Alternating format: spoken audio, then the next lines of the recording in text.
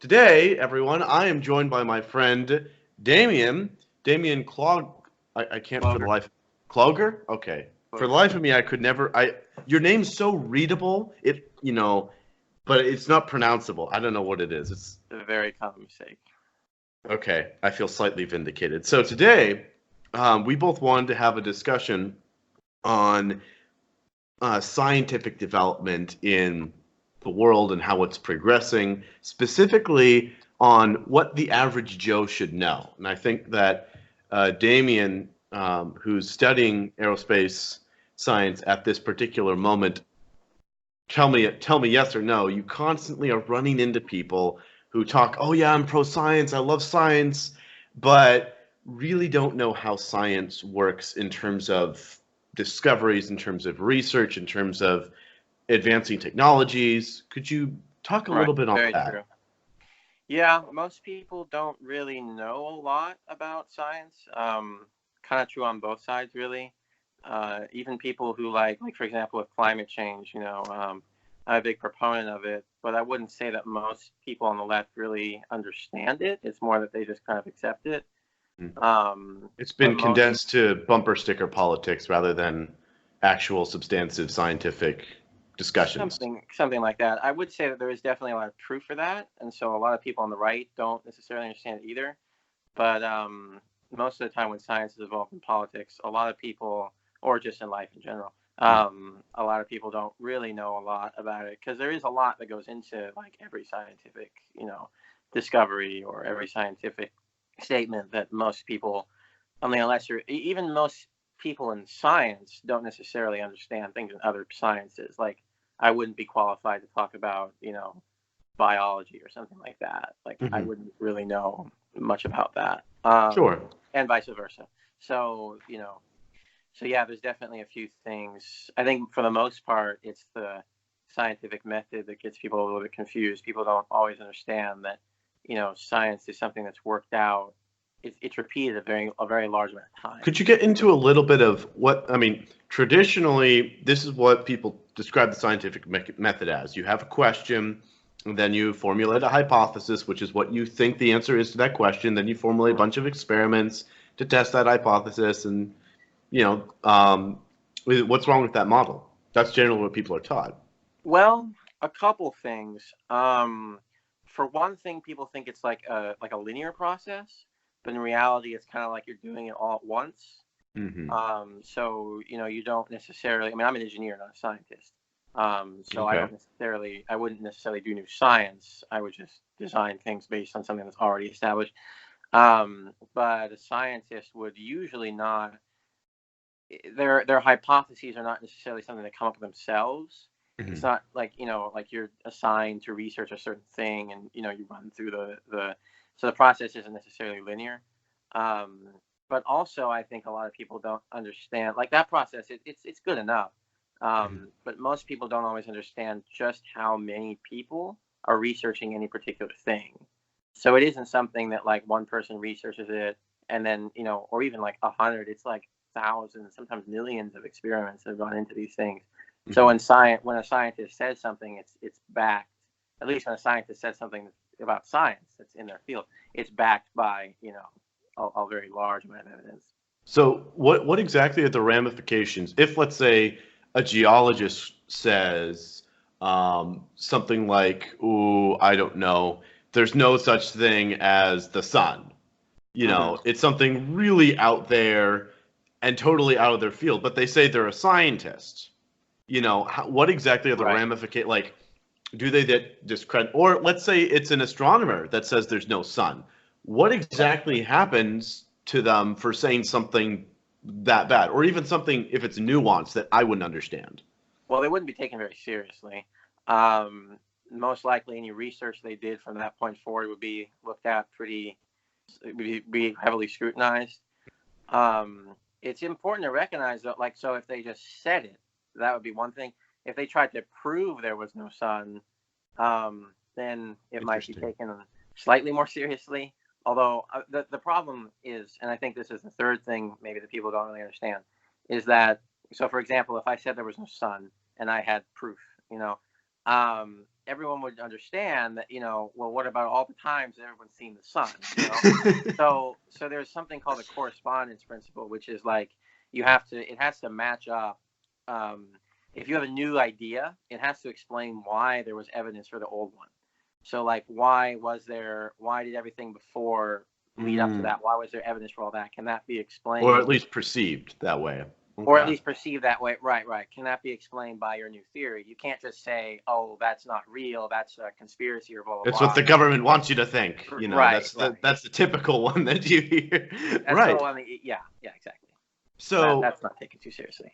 So, but other than they're not taken too seriously, I mean, for example, the anti-vaccination movement, which is slowly gaining popularity. Well, not slowly, actually. It's already popular now. It's interestingly on both sides of the political spectrum. Yeah, it's not a, and I'd love to get into it more, but what really fascinates me about the anti-vax movement is that there doesn't seem to be any ramifications for alleged doctors and alleged scientists that say, yes, vaccines cause, all these different problems. I mean, other than, people are like, dude, you're stupid. It doesn't seem like there's any tangible ramifications. Well, I think that there was, I know. I could be wrong about this, but I think there was only like one study that said that. And I'm pretty sure that person was never published again. So that would probably count as a ramification. I do know that like the similar thing happened with the people who said they discovered cold fusion, which obviously isn't as important to people who, have children, but, it's not as dangerous, I suppose, to say that you discovered cold fusion as opposed to saying that, vaccines cause autism. But still, the people were discredited because people tried to reproduce their results and couldn't. And so, they weren't taken seriously again. So that is the ramification, is that, you don't get published, at least not. Sometimes, perhaps, if you said something that was not related to all that, like if you said, oh, there's cold fusion, but then you also came back, a couple years later and said like something normal, I guess, and had proof of it, they might say, okay, maybe we'll take this somewhat seriously, but it depends. How forgiving would you say is this? Because oh, really? Yeah. Because in social media, for example, if you post something, blatantly racist or just straight up, Nazi propaganda. And unless you just avow it, you delete your tweet or whatever, you really do lose your platform permanently. And even if you do later on disavow it, you really don't come out of the shadows. You kind of are just there in your. Yeah. Is it the same way in science when you get banished? Somewhat similar. Yeah, something similar. Yeah. Oh wow, that's. So you don't want to do that. Yeah. So there's a lot of pressure for scientists, if they want to be respected, to keep their research tight, basically. Yeah, exactly. Now, I would say, though, that, like, it depends. If you say something that is fringe and you had proof, that's different. It's only if you, like, say something and you don't have any proof, and then, like, for example, the people with cold fusion, they took it seriously at first, and they tried to say, okay, this person gave, this, and this is how it's supposed to work. Let's see. So they did take it serious enough to check. Then once they checked, then they said, okay, this isn't real. Something's going on. Okay. And for those who don't really know what cold fusion is, myself included, could you talk in a very simplistic way? So fusion is basically where it's what powers the sun. And it's where you have atoms that are like hydrogen atoms. If you bring them together at really high speed or high temperature, which is the same thing kind of, they fuse together and make helium, and they release a lot of energy. And so the reason why the sun can do this is because it's so large and it pushes down on, the atoms at the center. And that's how they are able to fuse, because they're really packed together and they're really, really, really hot. But on Earth, we don't have a sun. So what has to happen is we have to like make plasma that's hotter than the sun actually. And then what we do is they've been doing experiments. They can do it, but they've had trouble getting more energy out of it than they put in. It's not fuel efficient, basically. Exactly. But from what I understand, the goal is alternative energy, right? Yes, exactly. Cold fusion was something where they were saying, okay, we don't need it to be hot, which is kind of anathema to the whole idea. but they said like, okay, we put some stuff in a jar or something at room temperature, and somehow there was enough fusion to produce electricity. And scientists said, okay, well, let's take a look at it, and they never could reproduce that. So, oh, yeah. Okay. Well, hopefully someday. But getting to what the average person needs to know. Say, for example, something pops up in their feed that says, "New study suggests blank," or "Scientists discover X." How should the average Joe report it? Because one or two things I know about science is that science reporters are garbage and they don't know how to report science. That's one thing I've learned. That's often true. Yeah. One thing is that one study isn't necessarily a whole. That's not necessarily very meaningful. They have what's called reviews, and those are where you have a lot of studies that say the same thing, and then that's a little bit more meaningful to something. But like one study is not. I mean, it could be, but there's usually other studies if it's So sometimes those can be a little iffy. But then again, sometimes they are true. So it just kind of depends. But there's almost always more to it than what you're reading, and that's kind of the issue. I think that's maybe why a lot of people misunderstand, is because people like sound bites. Yeah. But with science, it's not as simple as that usually. And with most things, it's not either. I mean, politics runs into similar issues. Sure. But yeah, that's so. I would say if you're looking at something with science, you want to realize that it's a larger issue than what you're probably seeing on a Facebook post. Right. So and yeah.